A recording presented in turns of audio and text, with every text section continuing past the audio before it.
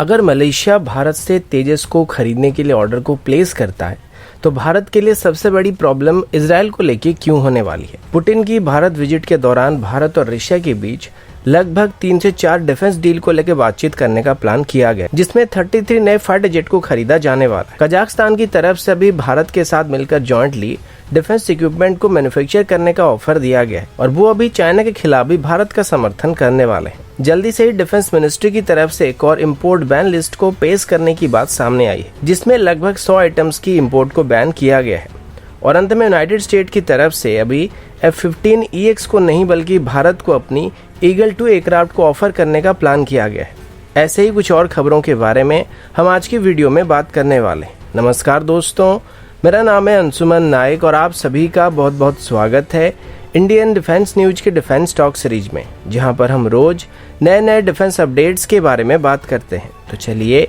देर न करते हुए आज की वीडियो शुरू करते हैं। आज की पहली अपडेट तेजस को लेके।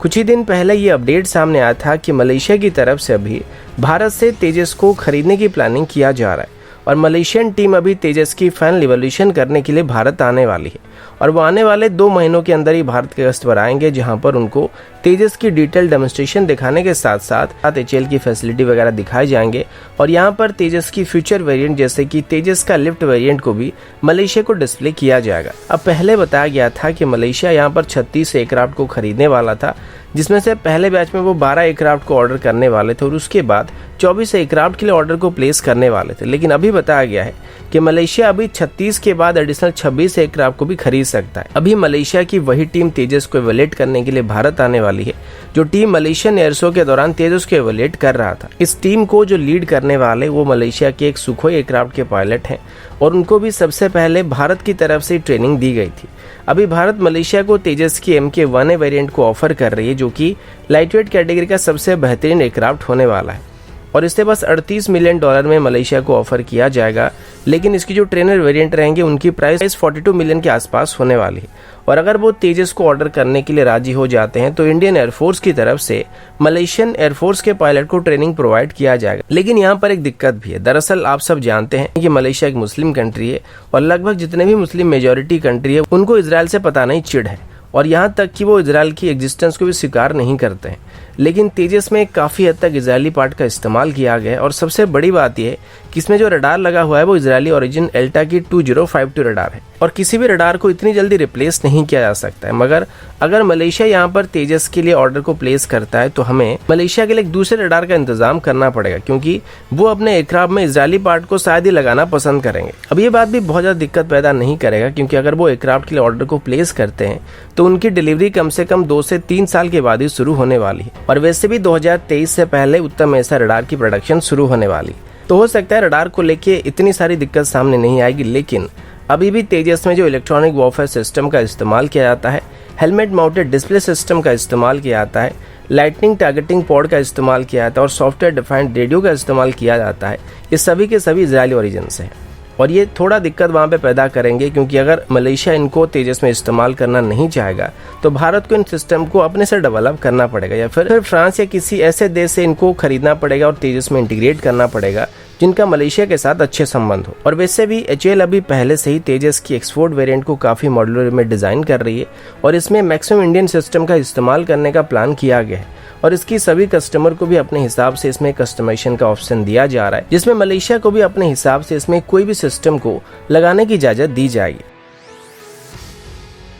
अगला अपडेट भारत और रशिया को लेके है। आप सबको पता होगा कि रशिया की प्रेसिडेंट अभी भारत के गश्त पर आने वाले हैं और इसी दौरान भारत और रशिया के बीच पेंडिंग पड़े हुए डिफेंस डील को लेके बातचीत किया जाने वाला है, क्योंकि अभी काफ़ी सारे डिफेंस डील पेंडिंग पड़े हुए हैं, चाहे वो AK-203 राइफल डील हो, हेलीकॉप्टर डील हो या S-400 सिस्टम की डिलीवरी हो। इसके अलावा एक और मेजर डिफेंस डील जो भारत और रशिया के बीच फाइनल हो चुकी है वो एडिशनल सुखोई एयरक्राफ्ट और 21 MiG-29 एयरक्राफ्ट को लेके है। आप सबको पता होगा कि भारत अभी रशिया से 21 MiG-29 एयरक्राफ्ट को खरीदने वाला था और साथ ही 12 Su-30 MKI को भी खरीदने वाला था। तो कुल मिलाकर अभी 33 नए एयरक्राफ्ट के लिए भारत और रशिया के बीच डील को साइन किया जाएगा। अभी बताया गया कि रशिया के प्रेसिडेंट अभी जब भारत के गश्त पर आएंगे उसी दौरान डील को साइन किया जाएगा। अभी भारत की तरफ से जो 21 MiG-29 के लिए ऑर्डर को प्लेस किया गया था वो सभी हालांकि पुराने MiG-29 के एयरफ्रेम है, लेकिन जो एयरफ्रेम था वो कभी भी इस्तेमाल नहीं किया गया है। तो टेक्निकली एकदम नए एयरक्राफ्ट होने वाला और एक नए MiG-29 में जितना फ्लाइंग आवर होना चाहिए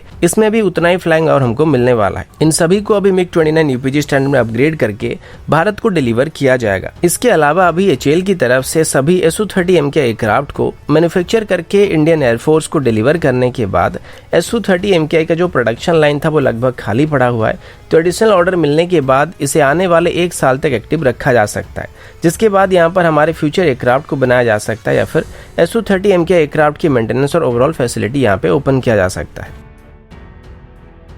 अगला अपडेट भारत, चाइना और कजाकिस्तान को लेके है। तो कजाकिस्तान की डिफेंस मिनिस्टर अभी भारत के गस्त पर आए हुए हैं और अभी वो 3 दिन की भारत यात्रा पर आए हुए हैं, जिस दौरान उनका मेन उद्देश्य भारत और कजाकिस्तान के बीच मजबूत डिफेंस रिलेशन को एस्टेब्लिश करना है। और यहाँ पर कजाकिस्तान का कहना है कि भारत और कजाकिस्तान के बीच अगर मजबूत डिफेंस रिलेशन को एस्टेब्लिश किया जाता है तो इससे भारत को चाइना के खिलाफ मदद मिलने वाला है। और वैसे भी कजाकिस्तान चाइना के साथ लगभग 1782 किलोमीटर का बॉर्डर को शेयर करता है और कजाकिस्तान खुद ही चाइना की एक्सपेंशन स्ट्रेटेजी से काफी परेशान है। अभी कजाकिस्तान के डिफेंस मिनिस्टर लेफ्टिनेंट जनरल नुरलान यरमेकबायव, वैसे एक काफी खतरनाक नाम है, ऐसा मत सोचना कि एक ही बार में बोल दिया। तो ये अपने इंडियन काउंटर पार्ट के साथ यानी कि हमारे डिफेंस मिनिस्टर राजनाथ सिंह जी के साथ अभी मिलने के बाद हमारे अलग अलग डिफेंस एस्टेब्लिशमेंट की विजिट पर भी जाने वाले हैं, जिसमें से एक प्लेस तो हमारी वेस्टर्न सेक्टर में यानी कि राजस्थान की जैसलमेर में होने वाली है। इससे पहले भी कजाकिस्तान के डिफेंस मिनिस्टर, मैं नाम दोबारा नहीं बोलने वाला हूँ, बहुत ही स्ट्रेस पड़ता है, आप एक ही बार में उसको एडजस्ट कर लो। उनके साथ हमारे डिफेंस मिनिस्टर राजनाथ सिंह जी का पहले भी रशिया में एक बार मुलाकात हो चुका है और अभी कजाकिस्तान की तरफ से भारत के साथ डिफेंस इक्विपमेंट का जॉइंट प्रोडक्शन और जॉइंट डेवलपमेंट का रिक्वेस्ट किया गया और वो अभी मेनली एरोस्पेस इक्विपमेंट को भारत के साथ मिलकर डेवलप करने का प्रपोजल दे रहे हैं। साथ ही अलग अलग डिफेंस इक्विपमेंट का रिपेयर, ओवरऑलिंग जैसे फैसिलिटीज को भी जॉइंटली सेटअप करने का प्रपोजल दिया जा रहा है। अगला अपडेट डिफेंस इंपोर्ट को लेके। आप सभी को याद होगा मार्च की मिड में ये खबर सामने आया था कि भारत अभी डिफेंस इंपोर्ट को कम करने के लिए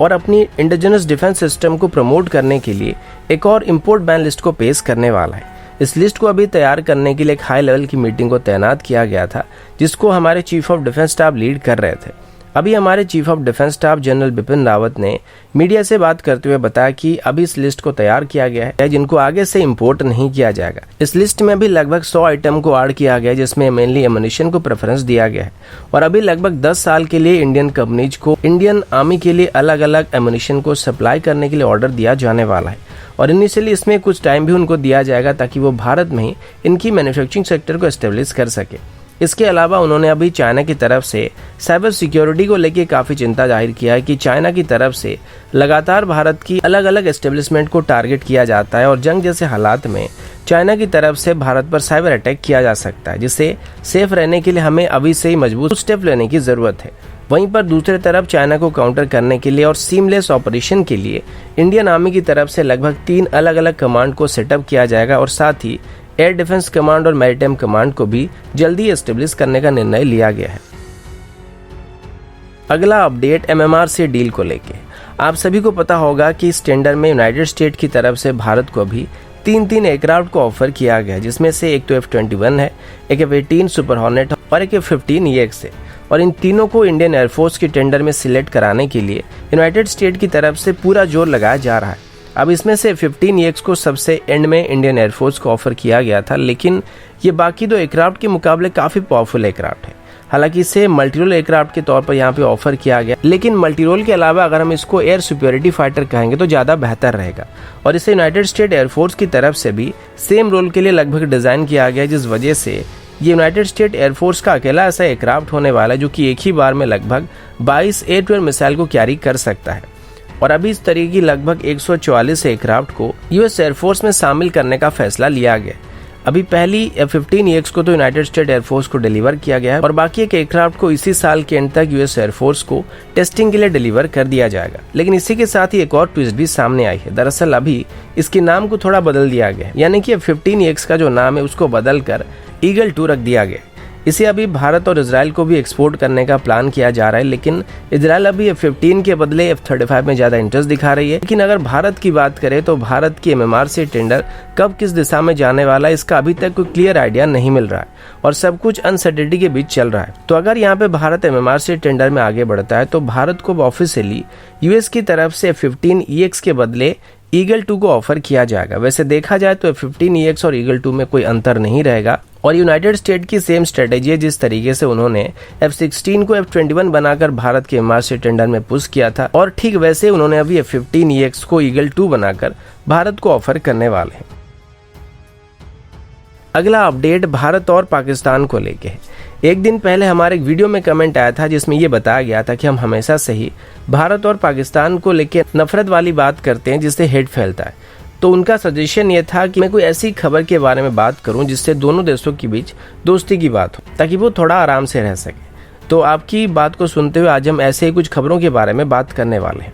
वैसे आपको पता होना चाहिए कि अभी भारत और पाकिस्तान के बीच LOC में कोई भी फायरिंग नहीं होता है और जो तनाव बॉर्डर पर रहता था वो अभी नहीं है, और ना ही पाकिस्तान की तरफ से अभी कोई भी घुसपैठ कराने वाली कोशिश की जाती है। इसी दौरान पाकिस्तान का एक बच्चा अभी गलती से LOC पार करके भारत की तरफ घुस आया था। इसकी उम्र लगभग 13 साल की थी और जब इसको इंडियन आर्मी ने अपने हिरासत में लिया था, या यूं कहे कि जब इंडियन आर्मी के सामने आया था तो इसकी हालत काफ़ी ख़राब थी। तो उसके बाद पिछले 2 दिनों से इंडियन आर्मी की तरफ से इसका ख्याल रखा गया था और उसके बाद भारत की तरफ से इसके बारे में पाकिस्तान की अथॉरिटी के साथ बात की गई थी और आज फाइनली उस बच्चे को इंडियन आर्मी की तरफ से पाकिस्तानी आर्मी को हैंडओवर किया गया है। इसके साथ ही लगभग गलती से 12 गाय भी पाकिस्तान की साइड से हमारे साइड में चले आए थे, तो उनको भी अभी उसके मालिक को लौटा दिया गया। वैसे सबसे अच्छी बात मुझे ये लगी कि जो बच्चा इंडियन आर्मी ने उनको लौटाया है उसकी हालत एकदम पतली थी, मतलब कपड़े वगैरह फटे हुए थे, मैले थे और ऐसा लगता था कि उसकी हालत सही नहीं है। लेकिन अभी जब इंडियन आर्मी की तरफ से इसको पाकिस्तान को हैंडओवर किया गया है तो एकदम उसको हीरो बनाकर और तरह तरह के मिठाई और गिफ्ट वगैरह के साथ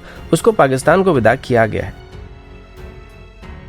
अगला अपडेट भारत और सेशेल्स को लेके है। जी न्यूज के रिपोर्ट के मुताबिक भारत अभी सेशेल्स को एक फास्ट पेट्रोल वेसल को गिफ्ट करने वाला है जिसकी कीमत लगभग 100 करोड़ के आसपास होने वाली है। तो ऑफिशियली अभी भारत के PM और सेशेल्स के प्रेसिडेंट के बीच एक वर्चुअल मीटिंग को अरेंज किया जाएगा और इसी अवसर पर ही भारत की तरफ से सेशेल्स की कोस्ट गार्ड के लिए बनाए गए एक फर्स्ट पेट्रोल वेसल को उनको हैंडओवर किया जाएगा। वैसे सेशेल्स पहले से ही भारत के लिए काफी इंपॉर्टेंट है और इंडियन ओशन रीजन में ऑपरेट करने के लिए भारत के लिए सेशेल्स काफी मायने रखता है और इसी वजह से शुरू से ही भारत सेशेल्स को मदद करता आ रहा है, क्योंकि अगर भारत अपनी प्रेजेंस को यहाँ पर थोड़ा भी ढील करेगा तो चाइना तुरंत यहाँ पर अपना पकड़ मजबूत कर सकता है। और अभी भारत की तरफ से इस वेसल को सेशेल्स को गिफ्ट के तौर पर दिया गया था, उसका नाम PS जोरास्टर रखा जाने वाला है और ये भारत की तरफ से सेशेल्स को गिफ्ट किया गया लगभग 4th वेसल होने वाला है और इस वेसल की लेंथ लगभग 48 मीटर का है जिसको GRSC की तरफ से मैन्युफैक्चर किया गया है। अब इस सेशेल्स की मैरीटाइम प्लेटफॉर्म की बात करें तो उसमें जितने भी इक्विपमेंट है तो उसमें से लगभग 50% इंडियन सिस्टम है जिनको भारत की तरफ से उनको गिफ्ट किया गया था और ट्रेनिंग रिलेटेड इशू में भारत की तरफ से अप्रोक्सीमेटली 70% तक सेशेल्स की मदद किया गया है। तो दोस्तों अभी के लिए इतना ही, मिलता हूँ आपसे अगले वीडियो में, तब तक के लिए जय हिंद, वंदे मातरम।